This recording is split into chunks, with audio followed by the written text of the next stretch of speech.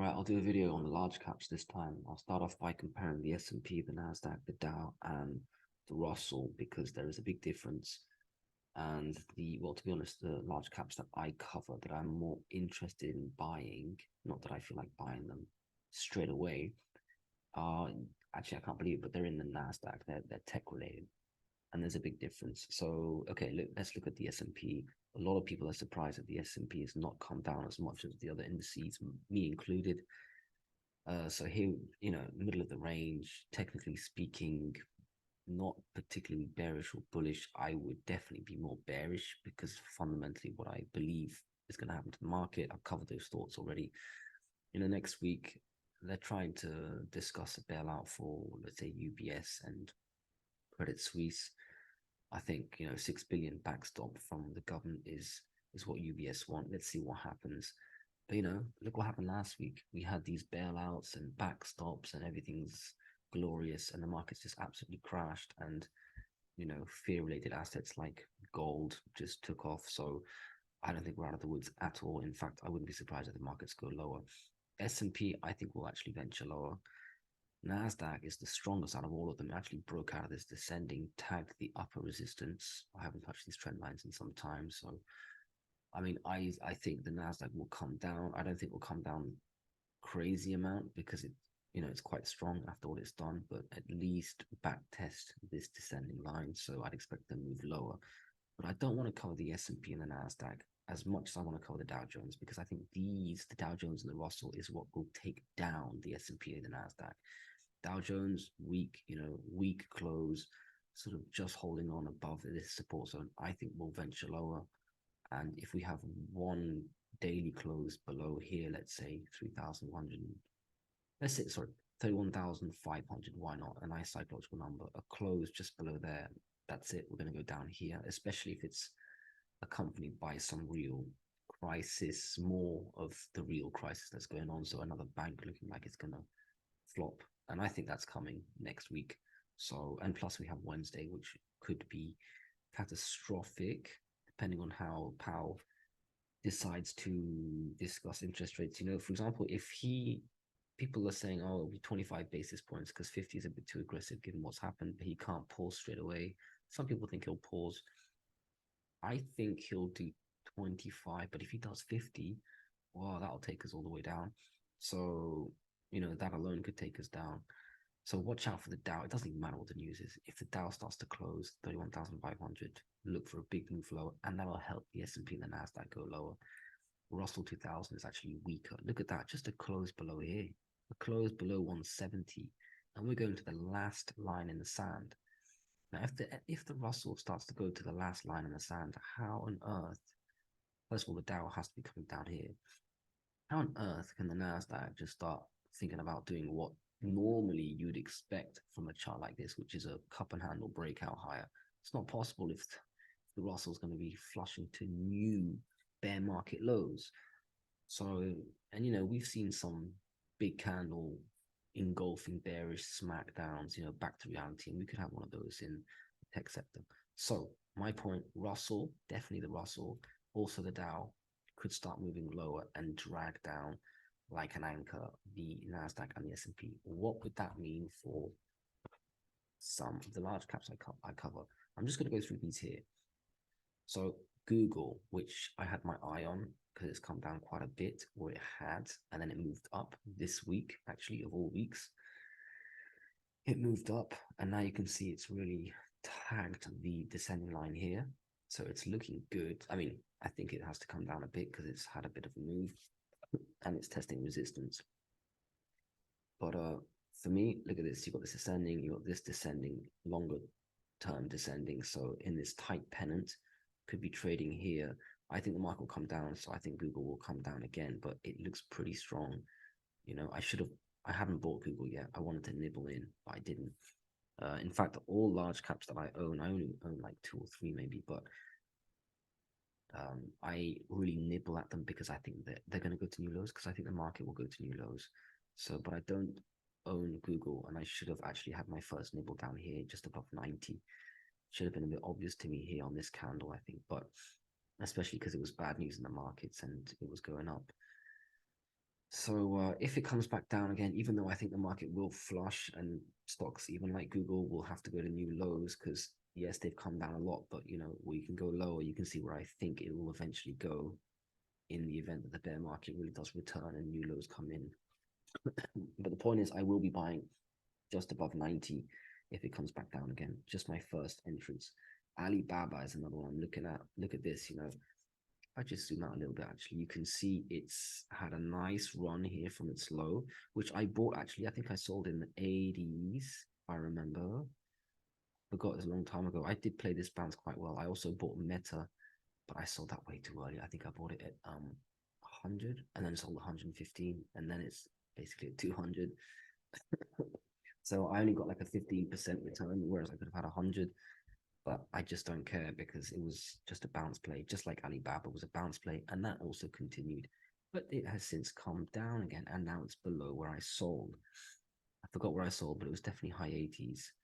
So it always happens. They always come back down again. Meta will come back down again too. Maybe not as low as where I first bought it, but I don't care.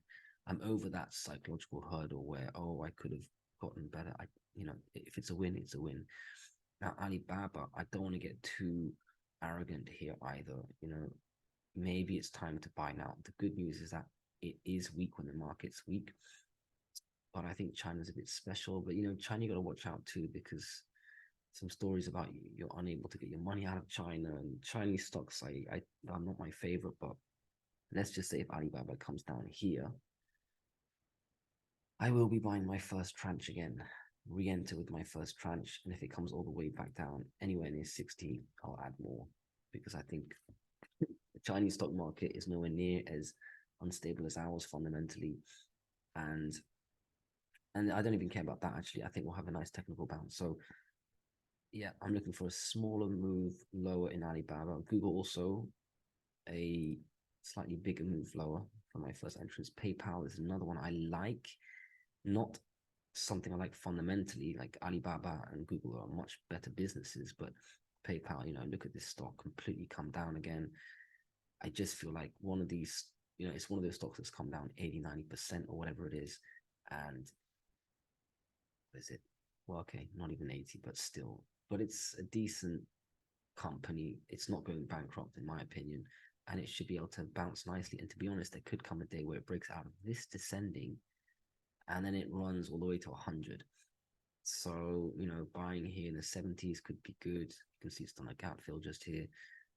If it comes down to the very low 60s, it depends what's happening to the market. Again, I'm hoping that the market comes down and I can buy these cheaper. PayPal does tend to go down with the market. So, and look, the Nasdaq's bounced a lot, and this you would normally equate to a Nasdaq related stock. So if it doesn't go up with the Nasdaq, it'll come down with the Nasdaq. And if the Russell comes down, like I think it will, and all the markets come down, you could get PayPal actually lower than here. It could flush, and if it does flush, we're talking about, you know, I don't even know where yet.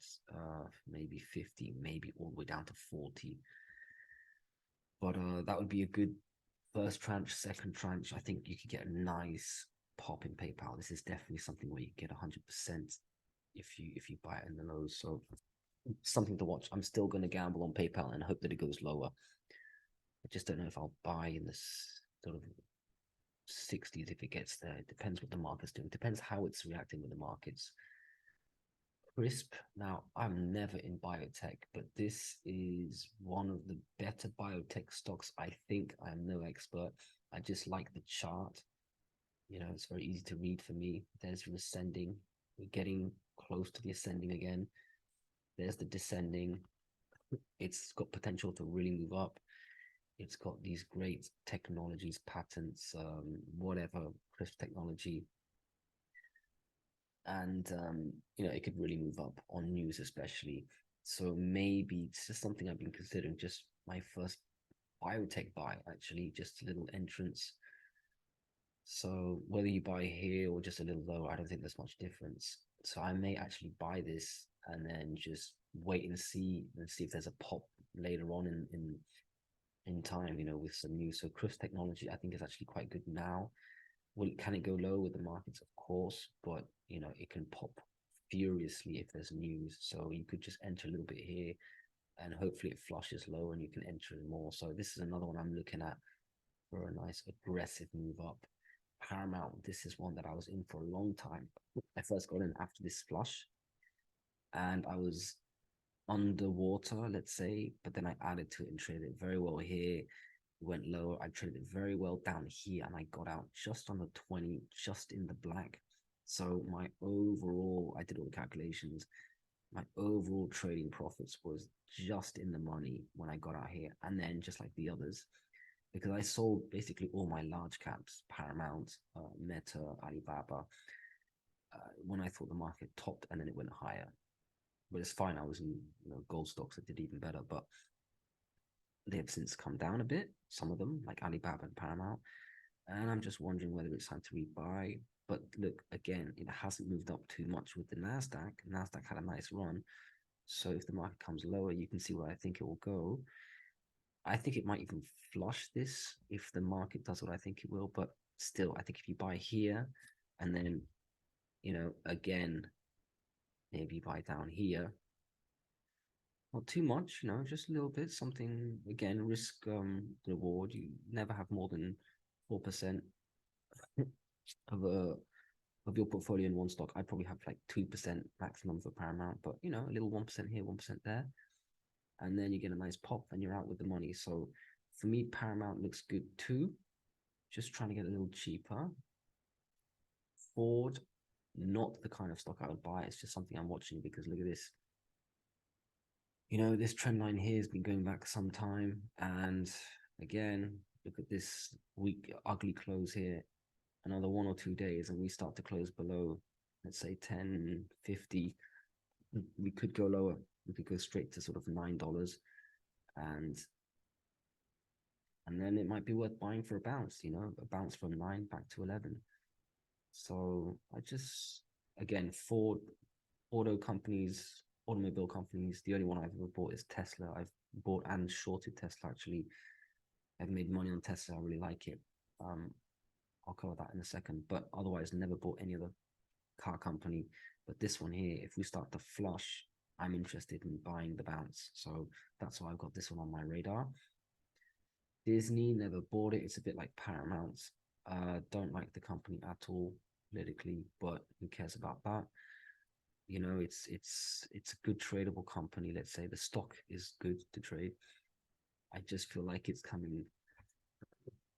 Sorry, I think it's just coming towards the bottom of its support, and you could maybe play it for a trade. But again, this one, because of the politics, Florida, Governor DeSantis always sort of destroying Disney a bit. You have this extra variable where news can play a role, but I don't know, around 85, just above 85, 85.5, you could buy. It could go a little lower to 80. Look at the support zones I've got just below that. It's never got, I mean, look, this is the March 2020 low, 80. So we're pretty close to that. There are not too many stocks that are at their March 2020 lows. Not too many large caps, So if we start to go to 85, you could buy there and could buy 80, and then it bounces to 90 or 100 again. You're out with good profit. So that's why I'm looking at it. That's why it's high on this list. eBay. So eBay, not my favorite stock. I own Amazon. It's I don't own much at all. I only bought one tranche, which is in the money. So eBay is a bit of a competitor, not a good one, but it's also quite close to its final support zone for the bear market. You can see where I think the longer term support is. So not yet. I think we can get it lower. I think eBay will come down with the market when the market comes down, which I think is going to happen.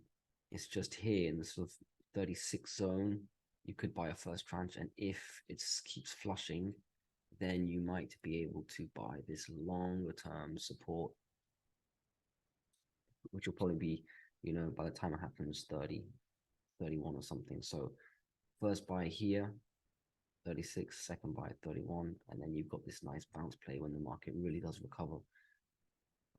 I mean, look, eBay made the list just because compared to others, it hasn't popped as much. The final one, Intel, it did pop. You can see, I was actually looking at it here.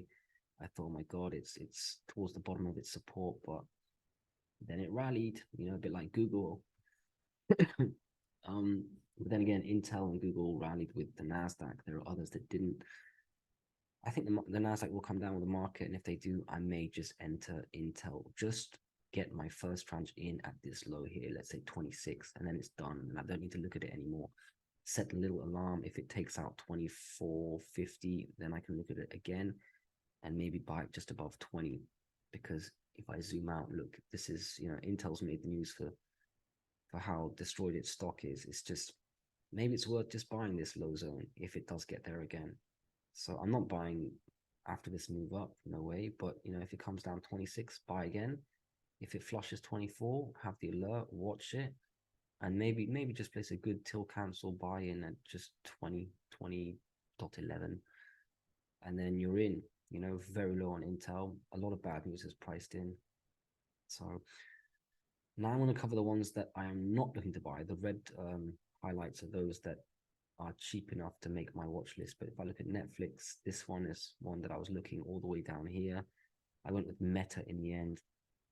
Netflix, I should have bought. I should have even chased it here, but that has passed. That has sailed away. But look, it's come down a bit. Now it's hitting ascending support. If we start to lose this ascending support, then we can start to flush down here, 217-ish, and then it becomes maybe attractive again. I still prefer Paramount, by the way, which is kind of the same thing as Netflix in the grand scheme of things. But this could be a bounce play, and obviously it's a stock that the market likes, so it's going to be full of liquidity. So I think we can trust its levels. So I'm just waiting for it to crack this ascending, go lower, and then we'll see what happens. It depends what the market's doing, depends what Paramount's doing. I don't want to go into too many of these large caps because I focus mainly on commodities. But yeah, Netflix is there for that reason. Tesla also didn't make the list because it's popped since. I sold this one at 180 or 188, forgot. Don't care, made a really nice move. This one I bought basically at the low. It was 105 or 107. I made a video on that. So beautiful run. Went a little higher, don't care. Come back down again. Now you can see, it hit support. Now I hit resistance. Let's see if this one, I think, is more likely to come down with the markets than some of the other ones maybe. But, if the market goes down, test us straight back down to 150. And then who knows, if we go back down to 100-ish, I will be very interested because I think you could make money buying Tesla at 100, definitely, at least for a bounce. AMD, yeah, this one's just taken off. It's just, yeah, no interest in buying this, no interest in shorting. It'd have to come down a lot, but there are better stocks out there. So this one, really not interested in it. Microsoft, same thing. I'm, looking at it because if it just crashes for some reason, it's a good stock to buy. It's not going to zero, but way too much for me. It has to come all the way back down again. Meta, bought this one very well at 100, and then I think I bought 100 in the 90s. My average was like 97 or something, and then I was out 115. It was this period here, and then look what happened. Went a little higher because the market was going up, consolidated, and then just took off. Great earnings, and since then I'm a bit annoyed about that. Normally I don't care, but this one I really did sell too early. I should have just, I don't know, sold half maximum around here, but I just sort of gambled. Anyway, this one has to come all the way back down again, have bad news, have Zuckerberg back in the committee, and you need a lot of bad things to happen for this to come back down again for me to be interested. But if it were to come all the way back down again to low 100s, I'd probably have a starter position. Apple, absurd stuff, I know it's the best company to hide in times like these, but I don't think I'll ever buy Apple. There's not enough upside, and it just hasn't come down enough. Nvidia, this one I was looking at all the way down here, and I'm just so angry I didn't buy it because for me it hadn't come down as much as some other stocks that were down 80%. I was looking at AMD at the time, which was down more, but this is a great stock. I mean, there's a lot of things going well for it, not just the chips but the Bitcoin mining. But I can't buy something all the way up here. I wouldn't even buy if it came back down to 200. It needs to flush a lot, so I'm not interested. IBM, this one should actually be lower in the list because it's not had a crazy move up. It's come down quite a lot. You can see I haven't looked at it in a while. It's got the old trend lines, the greener ones. But I mean, look, if it was to flush down here, maybe. But it just hasn't come down as much as others. So it's just, these are sort of very well-known household names, so that's why they make the list. But it's really the ones with the red tickers that I'm interested in. So hopefully that was entertaining or of value. Let me know if you want me to cover other stocks. I tend to cover large caps, rarer than the commodities. But if you want me to cover certain stocks, just write it down and I'll add them to the list and I'll cover those too. All right, thanks.